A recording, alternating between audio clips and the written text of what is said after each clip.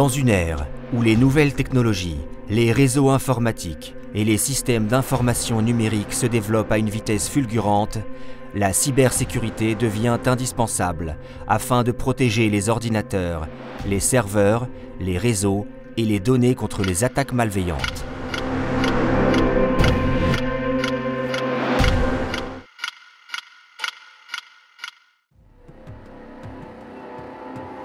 La question de la sécurité informatique occupe tous les esprits au sein des entreprises.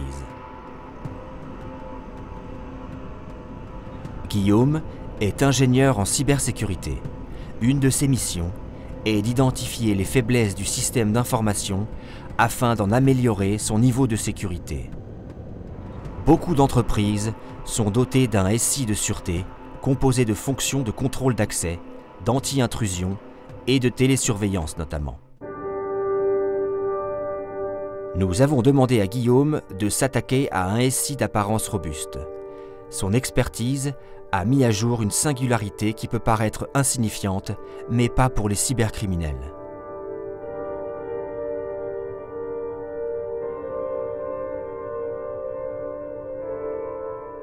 Une de mes missions est d'identifier les vulnérabilités d'un système d'information. Dans le cas présent, la vulnérabilité était un câble réseau exposé à la vue de tout le monde dans un lieu de passage courant de l'entreprise et à l'extérieur des locaux.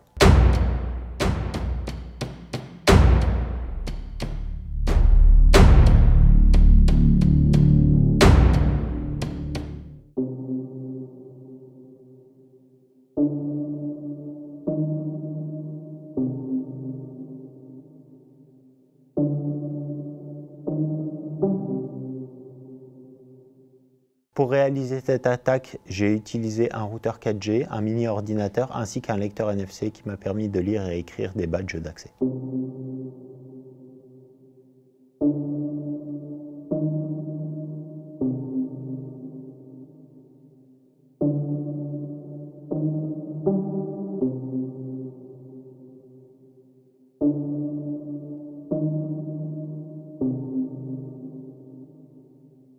Le but du hacking dans le cas présent était d'identifier les faiblesses du système d'information afin d'en améliorer son niveau de sécurité et de sensibiliser les collaborateurs.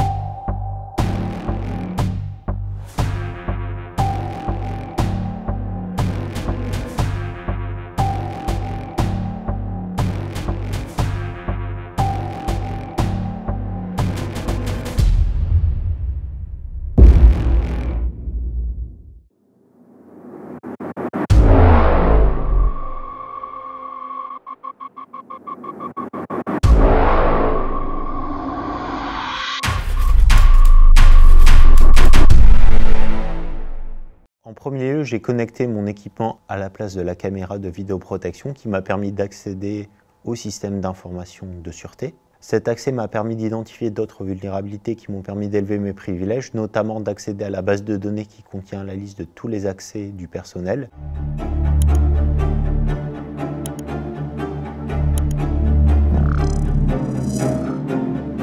Une fois dans le système, Guillaume a pu exploiter des vulnérabilités et des défauts de configuration.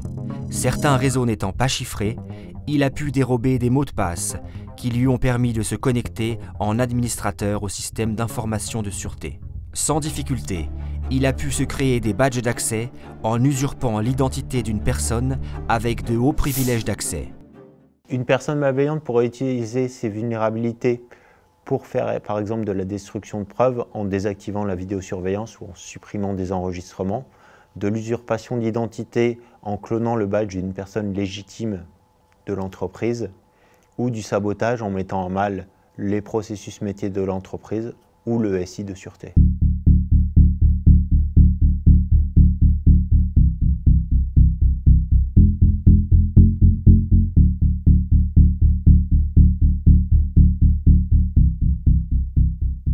Les possibilités, une fois introduites dans le système, sont, on va dire, illimitées. Il est possible d'accéder à tous les locaux de l'entreprise, de pouvoir mettre à mal le système de vidéoprotection ou de détruire des enregistrements. Il est également possible de désactiver le système anti-intrusion de l'entreprise.